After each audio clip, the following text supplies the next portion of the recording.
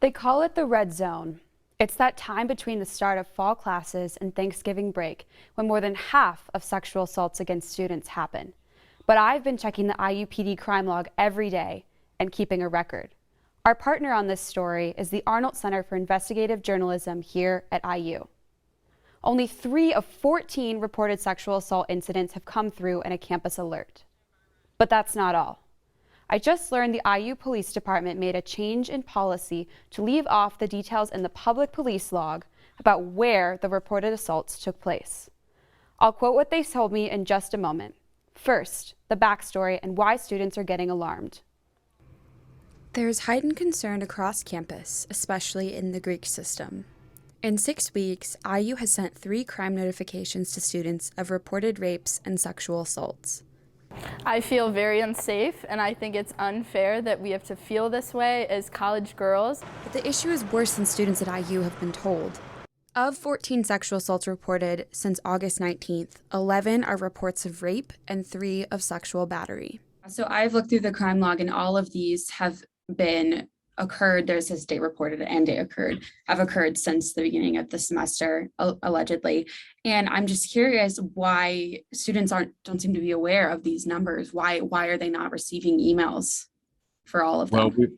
Well, again, because they're case by case, they're governed differently. It's something reported on the police log may be from weeks ago.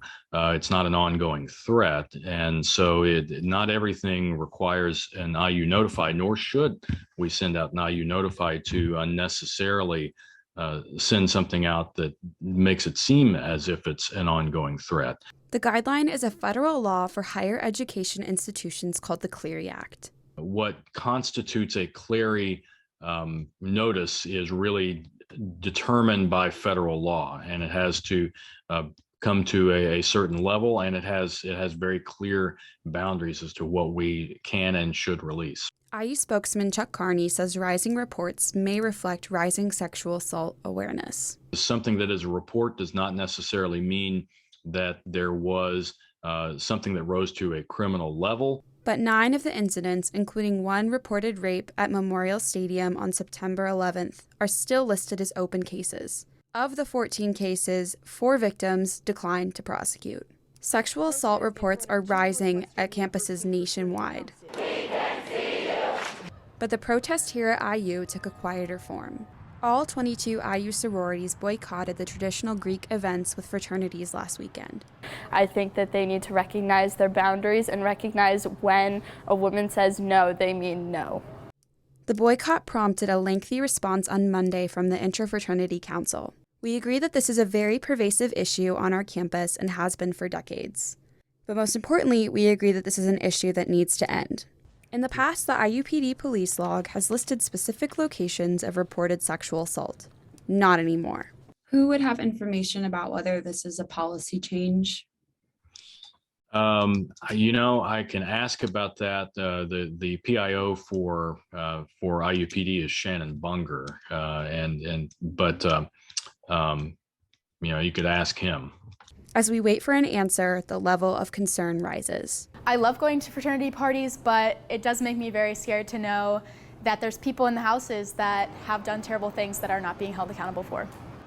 And holding sexual predators accountable just got tougher. IUPD confirmed just today what I noticed in these police logs. They are no longer listing specific locations of campus sexual assaults. Why not?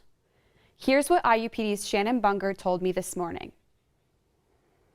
It's to protect people in those houses who may not have anything to do with it. It's a privacy issue, not to protect the person that did it, but let's say I live in a house and I have nothing to do with it, and then my stuff gets put out there. Then I'm guilty by association.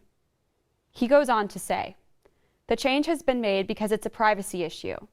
This is what we've decided to do as a team. We're not the only ones doing this. If you look at the Bloomington police log, it says the same thing. It does not give the specific address. So how do women know what fraternities and dorms on campus are safe? They don't. Not under this policy. I'll follow up with the many questions it raises about safety and the public's right to know. Ella, back to you.